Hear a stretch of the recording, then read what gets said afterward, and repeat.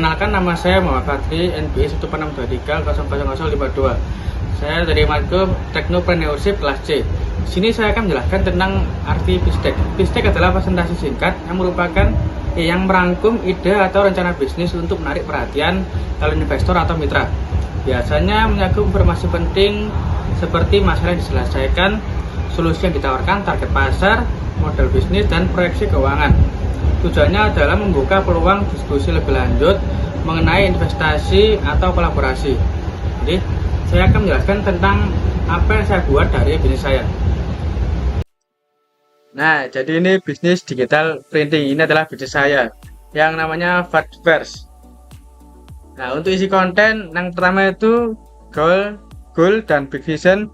Yang kedua problem, yang ketiga solution, yang keempat market size, yang kelima competition, yang keenam produk, yang ketujuh financial snapshot, yang kedelapan business model, yang kesembilan tim. Nah, untuk yang pertama goal dan big vision. Untuk visi saya menjadi penyedia layanan digital printing terbaik yang mengutamakan kualitas, inovasi, dan pelayanan prima dalam menciptakan karya cetak yang mendukung kreativitas serta kebutuhan bisnis dan personal. Untuk misi, memberikan layanan digital printing berkualitas tinggi dengan hasil cetak yang tajam, personalisasi yang kreatif, teknologi mutakhir, serta proses yang ramah lingkungan untuk mendukung kebutuhan dan kepuasan pelanggan. Dan untuk yang kedua adalah problem. Untuk problem pertama, keterbatasan akses layanan berkualitas, yaitu kualitas cetak yang kurang baik dari penyedia yang ada, seringkali tidak akurat dalam warna yang atau ketajaman. Untuk problem kedua, keterbatasan teknologi dan alat cetak. Nah, sebagian besar pemain di pasar masih menggunakan mesin cetak konvensional yang kurang mendukung kebutuhan cetak resolusi tinggi, personalisasi desain kompleks, dan cenderung boros dalam penggunaan tinta serta kertas. Untuk problem yang ketiga, layanan yang kurang fleksibel dan minim personalitas. Layanan cetak yang ada seringkali terbatas pada template standar tanpa opsi kustomisasi detail, sehingga menghambat bisnis seperti UKM atau pelanggan acara khusus yang membutuhkan desain unik untuk branding atau kebutuhan personal. Untuk problem yang keempat, kurangnya pilihan bahan yang ramah lingkungan. Nah, semakin banyak pelanggan yang peduli lingkungan menginginkan bahan cetak itu ramah lingkungan, seperti kertas daur ulang dan tinta bebas bahan kimia berbahaya. Namun, pilihan bahan berkelanjutan ini masih terbatas di layanan digital printing, sehingga pelanggan sering kesulitan menemukan alternatif yang memenuhi kebutuhan mereka. Nah, untuk solusi dari keempat problem tadi itu, solusi pertama, penyediaan layanan digital printing yang mudah diakses di berbagai lokasi. Jadi, untuk membuka cabang dan menjalin kemitraan dengan toko lokasi di berbagai area, termasuk kota kecil, serta menyediakan layanan pesan antar untuk memudahkan pelanggan dalam mendapatkan hasil cetak berkualitas tinggi tanpa harus pergi ke pusat kota. Nah, untuk solusi kedua, investasi pada teknologi alat cetak terkini, menggunakan mesin cetak digital terbaru yang modern yang mendukung dengan resolusi tinggi, hemat energi, dan lebih cepat dalam produksi, serta memungkinkan penggunaan tinta eco-friendly dan teknologi cetak berkecepatan tinggi untuk melayani pesanan mendesak. Untuk solusi yang ketiga, layanan kustomisasi yang fleksibel dan mudah. Ini menyediakan layanan kustomisasi penuh dengan pilihan warna, desain khusus, ukuran cetak bervariasi, dan jenis bahan, serta mengembangkan platform online yang memungkinkan pelanggan menggugah desain sendiri atau request sendiri sesuai keinginan dari pelanggan tersebut. Nah, untuk solusi keempat, penerapan bahan baku ramah lingkungan, menyediakan pilihan kertas daur ulang, tinta bebas bahan kimia berbahaya, dan bahan-bahan eco-friendly lainnya untuk pelanggan yang memiliki perhatian terhadap lingkungan, mengedukasi pelanggan tentang opsi-opsi ramah lingkungan yang tersedia, dan memberikan pilihan dalam setiap pemesanan. Untuk yang keempat adalah market size. Itu dari market size yang online, sekitar 60% hingga 70% pengunjung datang dari saluran online, termasuk website, media sosial, dan iklan digital. Ini menunjukkan pentingnya kehadiran digital yang kuat, di mana pelanggan lebih cenderung mencari layanan cetak melalui platform online, dan juga untuk memudahkan akses dari manapun tanpa harus datang ke toko langsung.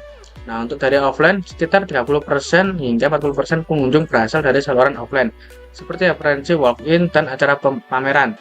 Saluran ini menciptakan peluang untuk interaksi langsung dengan pengguna, jadi secara tatap muka, membangun hubungan personal, serta meningkatkan kepercayaan melalui rekomendasi dari face to face. Nah, untuk kelima itu competition. Nah, kemudian ada kustomisasi. Biasanya pelanggan itu menginginkan request-request dari setiap yang diinginkan itu, entah itu dari warna atau variasi-variasi. Nah, jadi kita itu akan menyediakan yang menawarkan desain fleksibel, beragam pilihan bahan, dan ukuran cetak variatif, dapat menarik lebih banyak pelanggan. Kustomisasi yang luas, termasuk penggunaan bahan ramah lingkungan, membantu memenuhi kebutuhan unik pelanggan. Nah, untuk yang kedua ada kualitas dan kecepatan layanan. Kualitas hasil cetak dan kecepatan penyelesaian adalah kunci dalam bisnis digital printing. Penyedia yang menawarkan hasil cetak kualitas tinggi dan waktu pengerjaan cepat akan unggul. Karena nanti kalau pakai mesin cetak yang kurang cepat akan memakan waktu yang sangat lama dan juga menunggu proses hasil dari desainnya itu sangat lama. Nah, jadi kita harus mengharapkan detail yang baik dan ketahanan cetakan serta responsivitas dalam pemesanan dan update terus. Yang keenam ada produk. Kita ada 5 produk, yaitu cetakan komersial, kemasan, materi pemasaran, produk personal, layanan desain. Nah, untuk cetakan komersial itu ada kartu nama, brosur, dan poster. Nah, untuk yang kedua kemasan itu ada kotak dan kemasan khusus, label. Nah, untuk yang materi pemasaran ada banner, flyer. Yang keempat ada undangan, merchandise. Yang kelima ada desain grafis atau request dari customer sendiri. Nah, untuk yang ketujuh ada financial snapshot. Nah, untuk pendapatan tahun pertama diproyeksikan mengalami peningkatan sebesar 50% dibandingkan tahun sebelumnya. Untuk tahun kedua diperkirakan meningkat lagi sebesar 30%.